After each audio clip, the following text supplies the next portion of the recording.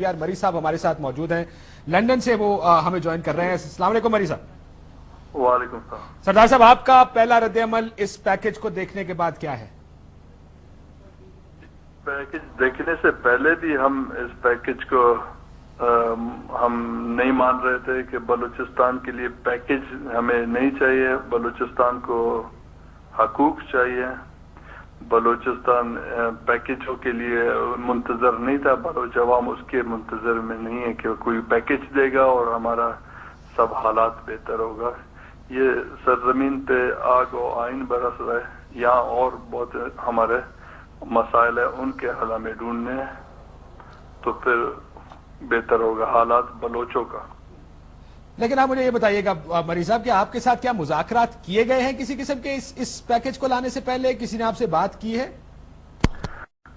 जी नहीं, मेरे साथ कोई मुज़ाकरात नहीं किए गए हैं, इसलिए कि उनको पता है कि हम इस पैकेजों का सियासत नहीं करते हैं। ये पैकेज का सियासत वही कोई सरकारी कुछ बलोच है जो वही अपने मुफादात, अपने ज़ाती मुफादात के लिए काम कर रहे हैं, उनके लिए। ये हम जो बलूचिस्तान के हकूक और आज़ादी का बात कर रहे हैं, हमें हमारे साथ न किसी ने ये बात किया और उनको पता है कि ये बात का कोई नतीजा नहीं निकलेगा हमारे साथ। आप तो फेडरेशन से बाहर की बात करते हैं ना मरी साहब, लेकिन क्या आप लोगों से मुज़ाकरात अगर किए जाएं तो क्या आप लोग तैयार हैं मुज़ाकरात करने के लिए हुकूमत से? हाँ जी, हम मुज़ाकरात के लिए तैयार हैं। फेडरेशन से बाहर बिल्कुल हम बात कर रहे हैं। हम अपने हकूक के बात कर रहे हैं, अपने आज़ादी का बात कर रहे हैं। हाँ, अगर ये सरकार, इनका फौज वो पैकेज लाए जिसमें इंडिपेंडेंस है, तो उस पैकेज पे हम बात कर सकते हैं, उनके साथ निगोशिएट कर सकते हैं, तो वो पैकेज पे हम बात करेंगे। इंडिपेंडेंस से आपकी क्या मुराद है? आप सूबाई खुद मुख्तारी की बात कर रहे हैं? जिस सरजमीन पे पाकिस्तान फौज टैंक और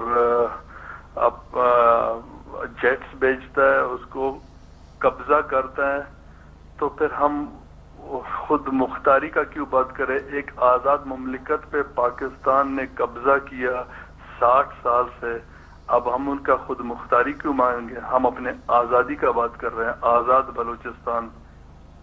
आप आजाद बलूचिस्तान की बात कर रहे हैं, ये मुख्तलिफ नुक्ता नजर नवीद कमर साहब। फिर मैं बुक्टी साहब के पास आऊंगा। मरी साहब, ये जो मरकजी हुकूमत है इस वक्त बहुत सी कमिटमेंट्स दे रही है आपको, कहते हैं कि कल से इन तमाम चीजों पर अमल दरामद शुरू हो जाएगा, आपके जो लोग गिरफ्तार किए गए वो रिहा हो जाएंगे, जो कंटोनमेंट्स है वो कंटोनमेंट्स मुकम्मल तौर पर बंद हो जाएंगी। आपका ख्याल? कंटोनमेंट्स कोई भी नई पेशरफ्त उसमें नहीं होगी। नई पेशरफ्त कंटोनमेंट्स में नहीं होगी। वो कह रहे हैं कि जो शुड का इस्तेमाल लफ्ज किया गया, यानी ये किया जाएगा, आप समझे ये हो चुका है, यानी कल से शुरू हो जाएगा। मैं फिर से आपके वजीर साहब का जवाब ऐसे स्टार्ट करूं। उन्होंने कहा कि रिजेक्शनिस्ट मोड में नहीं है। हम रिजेक्शनिस्ट मोड में नहीं है जी। आप लिप सर्विस मोड में है ये गवर्नमेंट।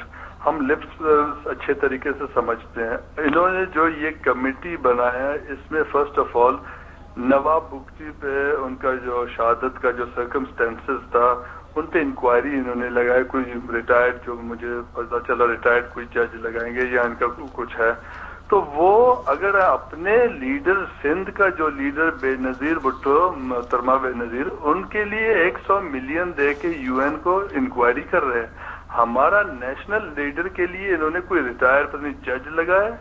ये मजाक नहीं और क्या है? इससे बड़े बोंडे मजाक क्या हो सकते हैं बलोच कौम के साथ?